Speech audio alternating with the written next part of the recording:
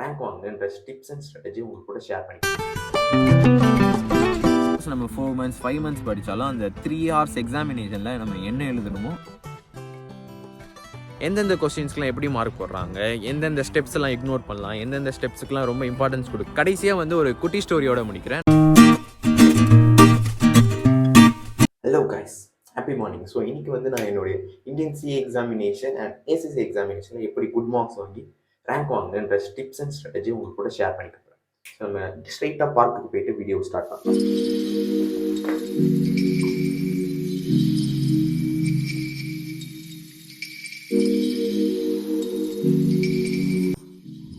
இன்னைக்கு வீடியோ எடுக்கிறதுக்கான காரணம் இன்னைக்கு தான் வெதர் கண்டிஷன் ஓரளவுக்கு பரவாயில்லையா இருக்குது. So around 9 degrees Celsius here today. Last வீக்லாம் பார்த்தீங்கன்னா மைனஸில் போயிட்டு இருந்துச்சு. ஸோ ரொம்ப ஒரு மாதிரி இருந்துச்சு.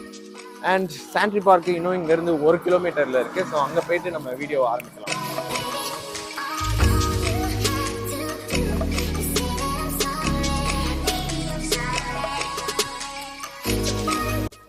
இந்த வீடியோ ஸ்டார்ட் பண்ணுறதுக்கு முன்னாடி என்னை பற்றி ஒரு சின்ன இன்ட்ரோ கொடுத்துக்கிறேன். நான் வந்து இந்தியன் சார்ட்டர்ட் அக்கௌண்டன்ட். என்னுடைய சிஏ ஃபைனல் எக்ஸாமில் நான் 23rd ரேங்க் வாங்கியிருந்தேன். And I am also a qualified ACCA. என்னுடைய UK டாக்ஸேஷன் பேப்பரில் நான் ஆல் இண்டியா 3rd ரேங்க் வாங்கியிருந்தேன். அண்ட் வேர்ல்டு லெவலில் 11th ரேங்க் வாங்கியிருந்தேன். அண்ட் ப்ரொஃபஷனல் லெவல் பேப்பர்ஸில் ஆல் இண்டியா ரேங்க் 2 வாங்கியிருந்தேன். அண்ட் வேர்ல்டு ரேங்க் 26th வாங்கியிருந்தேன். ஸோ இதுதான் என்னோட ஷார்ட் இன்ட்ரோ. நான் என்னுடைய Indian CA examination and ACC exams எப்படி படித்தேன் அதோடைய டிப்ஸ் அண்ட் ஸ்ட்ராட்டஜியை இந்த வீடியோவில் ஷேர் பண்ணிக்கப்படுறேன். So let's get started. கண்ணாடி கொஞ்சம் ஓவராக இருக்குல்ல, கழிக்கிறேன். ஸோ ஃபஸ்ட்டு திங் வந்து பிளானிங். என்னுடைய சிஏ ஃபைனல் எக்ஸாமுக்கு எனக்கு 4 months லீவ் கொடுத்தாங்க. ஸோ அதில் ஃபஸ்ட்டு 2 months நான் என்னுடைய ஃபஸ்ட்டு ரிவிஷனுக்காகவும், செகண்ட் 2 months என்னுடைய செகண்ட் அண்ட் தேர்ட் ரிவிஷனுக்காகவும் 2 mock டெஸ்ட்டும் பிளான் பண்ணியிருந்தேன். ஸோ இன்டெரக்டாக சொல்லணும்னா என்னுடைய ஃபஸ்ட்டு ரிவிஷனுக்கும் என்னுடைய செகண்ட் தேர்ட் ரிவிஷனுக்கும் நான் ஈக்குவல் இம்பார்ட்டன்ஸ் கொடுத்தேன். அந்த ஃபஸ்ட்டு 2 months இன்னும் டீட்டெயிலாக சொல்லணும்னா அந்த 2 months நான் 15 days 15 days பிரிச்சுக்கிட்டேன். ஒவ்வொரு 15 daysலையும் 2 subjectனு இதில் 8 subjectsம் படித்தேன். பிகாஸ் எங்களுடைய சிஏ ஃபைனல் எக்ஸாம்ஸில் மொத்தம் 8 subjects இருந்துச்சு. அண்ட் எப்படி 2 subjects எடுத்துக்கிட்டேன்னா, ஒரு ஈஸியான சப்ஜெக்டையும் ஒரு கஷ்டமான சப்ஜெக்டையும் காம்பினேஷனாக எடுத்துக்கிட்டேன். அண்ட் மார்னிங் 6லேருந்து மதியானம் 1 மணி வரைக்கும் ஒரு சப்ஜெக்டும், அதுக்கப்புறம் சாப்பிட்டு ஒரு 1 hour தூங்கிட்டு 3 மணிலேருந்து நைட்டு 11 மணி 12 மணி வரைக்கும் இன்னொரு சப்ஜெக்ட்டும் படித்தேன். ஸோ இந்த மாதிரி படித்ததில் என்னால் அந்த 2 months 8 subjects ஃபஸ்ட்டு ரிவிஷன் படிக்க முடிஞ்சிச்சு. அதே போல் நான் ACC எக்ஸாம் பண்ணும்போது எனக்கு ஃபுல் டைம் ஒர்க் போயிட்டு இருந்தேன். ஸோ என்னால் ஒரு எக்ஸாம் தான் கொடுக்க போச்சு ஒவ்வொரு அட்டெம்ப்ட். பிகாஸ் ACCயில் அந்த ஆப்ஷன் இருக்குது, நீங்கள் ஒவ்வொரு எக்ஸாமை ஒவ்வொரு அட்டெம்ப்டில் கொடுக்கலாம். அண்ட் எனக்கு நான் 2 months எடுத்துக்கிட்டேன். மார்னிங் ஒரு 2 hours அண்ட் ஈவினிங் ஒரு 1 hour. பிகாஸ் நான் ஃபுல் டைம் ஒர்க் போயிருந்தேன். அண்ட் அந்த 3 hours டெய்லி படிச்சுட்டு ஒரு 2 months எடுத்துக்கிட்டேன். ஸோ அதனால் என்னோட ஒரு சப்ஜெக்ட் ஈஸியாக கவர் பண்ண முடிஞ்சிச்சு. ஸோ உங்களுடைய கிராஸ்பிங் ஸ்பீட் அண்ட் மெமரி பவருக்கு ஏற்ற மாதிரி உங்களுக்கு எவ்வளோ மந்த்ஸ் வேணும்னு வெல் பிஃபோராக எக்ஸாமுக்கு முன்னாடியே பிளான் பண்ணி வச்சுக்கோங்க. Because planning is very very must. Second ரொம்ப இம்பார்ட்டண்டான திங் வந்து ரிசோர்ஸஸ். நம்மளுக்கு கிடைக்கிறது ரொம்ப லிமிட்டட் டைம். ஸோ அதில் நம்ம என்ன படிக்கணுன்றது ரொம்ப முக்கியம். ஸோ என்னுடைய சிஏ ஃபைனல் எக்ஸாமினேஷனுக்கு நான் இன்ஸ்டிடியூட்டோட ஸ்டடி மெட்டீரியல் தான் நான் என்னுடைய ப்ரைமரி புக்ஸாக வச்சுருந்தேன். அதை தவிர்த்து பாஸ் கொஸ்டின்ஸ் யூஸ் பண்ணேன், RTPs, MTPs. இதை தவிர்த்து இன்ஸ்டியூட்டில் இருந்து வர அதர் ரிசோர்ஸஸ் லைக் MCQ கொடுப்பாங்க அண்ட் சம் அதர் புக்லெட்ஸ்லாம், அதெல்லாம் வந்து என்னுடைய ப்ரைமரி ரிசோர்ஸாக வச்சுருந்தேன். இதை தவிர்த்து நான் மோஸ்ட்டாக எதுவுமே எக்ஸ்ட்ரா படிக்கல. ஸோ இதையே தான் நான் திருப்பி பார்த்துட்டு இருந்தேன். அண்ட் ஸ்டடி மெட்டீரியல் என்ன படிக்கணும்னா, ஒன்ஸ் உங்களுக்கு கான்செப்ட்ஸ்லாம் புரிஞ்சிருச்சுன்னா டேரெக்டாக அந்த illustrations, examples and book back கொஸ்டின்ஸை சால்வ் பண்ண ஆரம்பிங்க. ஸோ அதுதான் ரொம்ப இம்பார்ட்டன்ட். ஃபார் ACC எக்ஸாமினேஷனுக்கு நான் ஆல்ரெடி என் இந்தியன் சிஏனால மோஸ்ட் ஆஃப் த சிலபஸ் கான்செப்ட்ஸ்லாம் என்னுடைய இந்தியன் சிலபஸ்லேயே கவர் ஆகிடுச்சு. ஸோ நான் ஸ்டடி டெக்ஸ்ட்டை இக்னோர் பண்ணிவிட்டேன். ஸோ என்னுடைய primary source of text book என்னவாக இருந்துச்சுன்னா, கேப்லான்ல இருந்து வந்த ரிவிஷன் கிட், அதை தவிர்த்து டெக்னிக்கல் ஆர்டிகல்ஸ், அந்த கேப்லான்லேருந்து வந்த பாக்கெட் நோட், இதை தவிர்த்து ஆன்லைனில் ஆத்தர்ஸ் வந்து ஃப்ரீ சம்மரி நோட்ஸ் கொடுப்பாங்க. ஸோ அதையும் வந்து என்னுடைய ரெஃபரன்ஸ்க்கு நான் வச்சுருந்தேன். அண்ட் மல்டிபிள் டைம்ஸ் ரிவிஷன் பண்ணியிருந்தேன். நீங்கள் ஃபஸ்ட்டு ரிவிஷன் அப்போ பண்ண போகிற மார்க்கிங் தான் ரொம்ப இம்பார்ட்டன்ட். பிகாஸ் உங்களுடைய செகண்ட் அண்ட் தேர்ட் ரிவிஷனோட டைம் அது சப்ஸ்டான்ஷியலாக குறைக்கும். And more over 1.5 days before the examination நம்ம படிக்கணும்ல. ஸோ அப்போ வந்து அது ரொம்ப யூஸ்ஃபுல்லாக இருக்கும். ஸோ அதை பற்றி நான் இப்போ டீட்டெயிலாக சொல்கிறேன். ஃபஸ்ட்டு திங் வந்து ஹைலைட்டிங். நீங்கள் ஃபஸ்ட்டு டைம் ரிவிஷன் பண்ணுறப்போ எதெல்லாம் உங்களுக்கு இம்பார்ட்டன்ட் பாயிண்ட்டாக தெரியுதோ, எதெல்லாம் உங்களுக்கு கீ பாயிண்ட்டாக தெரியுதோ அதெல்லாம் ஹைலைட் பண்ணி வைங்க. ஸோ நெக்ஸ்ட் டைம் நம்ம ரிவிஷன் பண்ணும்போது அந்த ஹைலைட்டட் பாயிண்ட்ஸ் மட்டும் படித்தா போதும். ஸோ தட் நம்ம நிறையா டைமை ரிவிஷன் பண்ணுறப்போ சேவ் பண்ணலாம். நெக்ஸ்ட் திங் வந்து நம்ம ஒவ்வொரு கொஸ்டினுக்கும் கொடுக்க போகிற சிம்பிள்ஸ். ரொம்ப பேசிக்காக இருக்க question and same concept repeat ஆகிற கொஸ்டின்ஸுக்கெல்லாம் சிம்பிள் கொடுப்பேன். So that next time revision பண்ணுறப்போ அதெல்லாம் கம்ப்ளீட்டாக இக்னோர் பண்ணிடுவேன். இந்த கொஸ்டின்ஸ்லாம் நான் ரிவைஸ் பண்ண மாட்டேன். கொஸ்டினுக்கு முன்னாடி ஸ்டார் சிம்பிள் போட்டால் அது இம்பார்ட்டண்டான கொஸ்டின், அதுவே 2 ஸ்டார் போட்டால் அது ரொம்ப இம்பார்ட்டண்ட்டான கொஸ்டின், அதுவே மல்டிபிள் ஸ்டார் போக போக அதுக்கு ஏற்ற மாதிரி இம்பார்ட்டண்டான கொஸ்டின். அண்ட் மோர் தென் 3 ஸ்டாராக இருந்தால் அதை வந்து நான் 1.5 days பிஃபோர் த எக்ஸாமினேஷன் வந்து கண்டிப்பாக ரிவைஸ் பண்ணுவேன். சினிமாவில் ட்விஸ்ட் வர மாதிரி இந்த ட்விஸ்ட் வர சம், ட்ரிக்கியான சம்முக்கெலாம் இந்த மாதிரி எழுதி வச்சுருவேன். அண்ட் அதை மல்டிபிள் டைம்ஸ் நம்ம போட்டு பார்க்கணும், ஸோ தட் நம்ம எக்ஸாமில் அலாட்டாக இருப்போம். அமெண்ட்மெண்ட்ஸ் இருக்கிற questions and new concept test பண்ணுற கொஸ்டின்ஸ்க்குலாம் இந்த சிம்பிள் போடுவேன். பிகாஸ் இது வந்து எக்ஸாமில் கேட்க ஹை சான்சஸ் இருக்குது. ஏதாச்சும் கொஸ்டின்ஸில் டவுட்டாக இருந்தால், கன்ஃபியூஷனாக இருந்தால் அதுக்கு இந்த சிம்பிள் யூஸ் பண்ணுவேன். ஸோ தட் அதெல்லாம் கன்சாலிடேட் பண்ணிவிட்டு ஃப்ரெண்ட்ஸோட டிஸ்கஸ் பண்ணுவேன். ஸ்டடி மெட்டீரியலில் ஏதாச்சும் ஆன்சர்ஸ் தப்பாக இருந்துச்சுன்னா அப்போ இந்த சிம்பிள் யூஸ் பண்ணுவேன். அண்ட் லேட்டர் ஆன் இன்ஸ்டியூட் வெப்சைட்டில் கரெக்ஷன் லிஸ்ட் வரப்போ இது இருக்கான்னு செக் பண்ணிப்பேன்.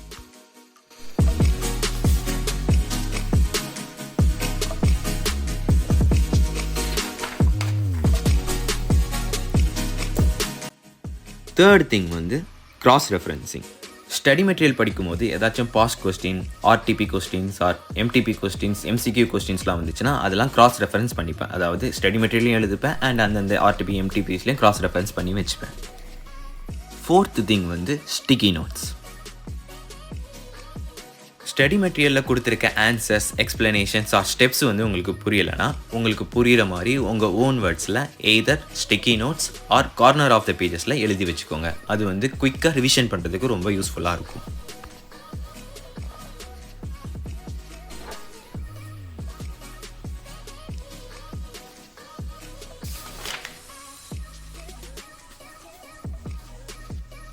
ஸோ என்னோட CA ஃபைனல் எக்ஸாமினேஷன் லீவில் இருக்க அந்த மீதி 2 monthsல நான் 2 times ரிவைஸ் பண்ணியிருந்தேன் அண்ட் 2 மார்க் டெஸ்ட் எழுதியிருந்தேன். ஸோ என்னுடைய ரிவிஷன் அண்ட் மார்க் டெஸ்ட் எப்படி பிளான் பண்ணியிருந்தேன்னா, ஒவ்வொரு ரிவிஷன் முடிக்கும் போதும் நான் என்னுடைய மார்க் டெஸ்ட் எழுதினேன். ஸோ என்னுடைய 3rd monthல் ஒரு ரிவைஸ் பண்ணியிருந்தேன் and end of the 3rd monthல் என்னுடைய ஃபஸ்ட் மார்க் டெஸ்ட் எழுதினேன். அண்ட் 4th month ஃபஸ்ட்டு 15 daysல என்னுடைய 3rd ரிவிஷன் பண்ணியிருந்தேன் அண்ட் அந்த ரிவிஷன் முடிஞ்சோடனே என்னுடைய 3rd மார்க் டெஸ்ட் எழுதியிருந்தேன். அண்ட் இதை தவிர்த்து எங்களுக்கு COVID-19 எக்ஸ்ட்ரா ஒரு 40 days லீவ் கிடச்சிச்சு. ஸோ அதில் ஒரு 2 times ரிவைஸ் பண்ண ஒரு மார்க் டெஸ்ட் எழுதியிருந்தேன். இதெல்லாம் தவிர்த்து எப்பப்போல்லாம் எனக்கு டைம் கிடைக்குதோ அப்போல்லாம் இந்த நம்பர் பேஸ்ட், அதாவது ப்ராக்டிக்கல் சம்ஸ் எல்லாம் ஒரு ரஃப் பேப்பரில் போட்டு பார்ப்பேன். பிகாஸ் ப்ராக்டிஸ் வந்து ப்ராக்டிக்கல் சம்ஸ்க்கு ரொம்ப ரொம்ப ரொம்ப இம்பார்ட்டன்ட். அதே போல் தான் ACCA எக்ஸாமினேஷனில் 2 months ப்ரிப்பரேஷனில் first மந்த்ஸில் first revision முடிச்சுட்டு செகண்ட் மந்த்தில் என்னுடைய second revision and second mark test, 3rd revision and 3rd mark test எழுதுறேன். ஸோ இதுதான் எனக்கு ரொம்ப ரொம்ப ஹெல்ப் ஆச்சு என்னுடைய main எக்ஸாமினேஷனில். And the 5th and final thing வந்து எக்ஸாமினேஷனில் நம்ம எவ்வளோ கவர் பண்ணுறோம். பிகாஸ் நம்ம 4 months 5 months படித்தாலும் அந்த 3 hours எக்ஸாமினேஷனில் நம்ம என்ன எழுதுகிறோமோ அதுதான் டிசைட் பண்ண போது நம்ம பாஸ் பண்ணுறோமா ஃபெயில் ஆகுறோமான்னு. ஸோ அந்த எக்ஸாமினேஷனில் எழுதுறது ரொம்ப முக்கியம்.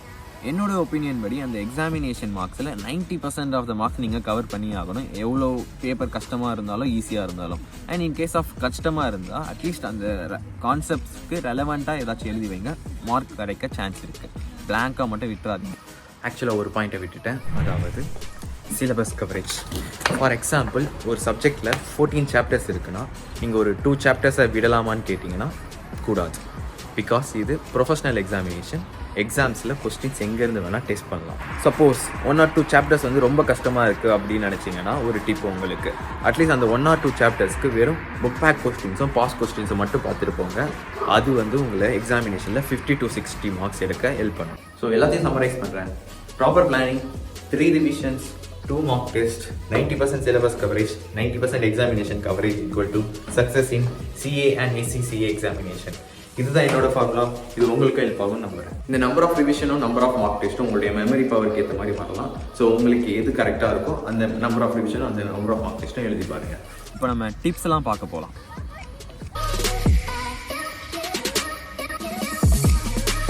ஸோ டிப் நம்பர் 1 வந்து இன்பிட்வீன் எடுக்க போகிற பிரேக்ஸ். நீங்கள் கண்டினியூஸாக படிக்கிறனால உங்களுக்கு இன்பிட்வீன் கண்டிப்பாக பிரேக்ஸ் வேணும். ஸோ என்னோட கேஸில் நான் என்ன பண்ணுவேன்னா, எப்பப்போல்லாம் சேச்சுரேஷன் பாயிண்ட்டை ரீச் பண்ணுறனோ ஆர் வீக்லி ஒரு ஆஃப் டே வந்து ஸ்டடியிலேருந்து பிரேக் எடுத்துப்பேன். ஸோ அந்த ஒரு ஆஃப் டேயில் நான் ஸ்டடீஸ், எக்ஸாமினேஷன் பற்றி எதுவுமே திங்க் பண்ணாமல் எனக்கு பிடிச்ச விஷயத்த பண்ணுவேன். ஃபார் எக்ஸாம்பிள் ஒரு ஃப்ரெண்டு வீட்டுக்கு போவேன், ஆர் எனக்கு பிடிச்ச மூவிஸ் பார்ப்பேன், ஏன்னா எனக்கு பிடிச்ச திங்ஸ்லாம் பண்ணுவேன். ஸோ இன்பிட்வீன் பிரேக்ஸ் எடுக்கிறதுல தப்பே இல்லை.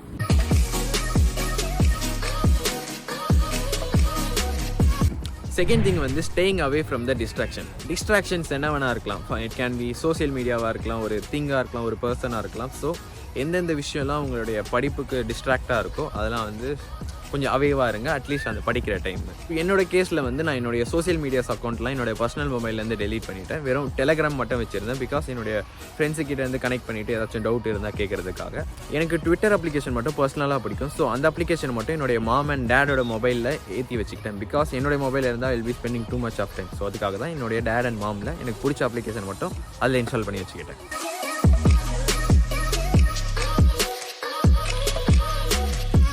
தேர்டு டிப் வந்து சர்டிஃபைட் காப்பீஸ். எந்தெந்த கொஸ்டின்ஸ்க்குலாம் எப்படி மார்க் போடுறாங்க, எந்தெந்த ஸ்டெப்ஸ் எல்லாம் இக்னோர் பண்ணலாம், எந்தெந்த ஸ்டெப்ஸுக்குலாம் ரொம்ப இம்பார்ட்டன்ஸ் கொடுக்கணுன்ட்டு ஒரு ஃபேர் வியூ கிடைக்கிறதுக்காக தான் சர்டிஃபைட் காப்பீஸ் பார்க்குறோம். ஸோ எய்தர் உங்கள் அட்டெம்ப்ட்டுக்கு முன்னாடி எழுதின உங்கள் ஃப்ரெண்ட்ஸோட சர்டிஃபைட் காப்பீஸ் ஆர் உங்கள் அட்டெம்ப்ட்டுக்கு முன்னாடி எழுதின ஆல் இண்டியா ரேங்கர்ஸோட சர்டிஃபிகேட் காப்பீஸ் எல்லாம் பார்த்தீங்கன்னா உங்களுக்கு ஒரு ஐடியா கிடைக்கும். அண்ட் எந்தெந்த ஸ்டெப்ஸ் எல்லாம் எழுதலாம், எந்தெந்த ஸ்டெப்ஸ்லாம் இக்னோர் பண்ணலாம், எந்த ஸ்டெப்ஸ்க்குலாம் மோர் இம்பார்ட்டன்ட் கொடுக்கலான்னு.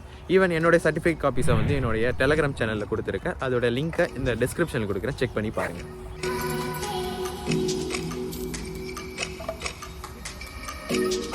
டிப் நம்பர் 4, CA ஃபைனல் எக்ஸாமினேஷனில் எப்போ நீங்கள் நியூ கொஸ்டின் எழுதினாலும் அதை ஃப்ரெஷ் பேஜில் ஸ்டார்ட் பண்ணுங்கள்.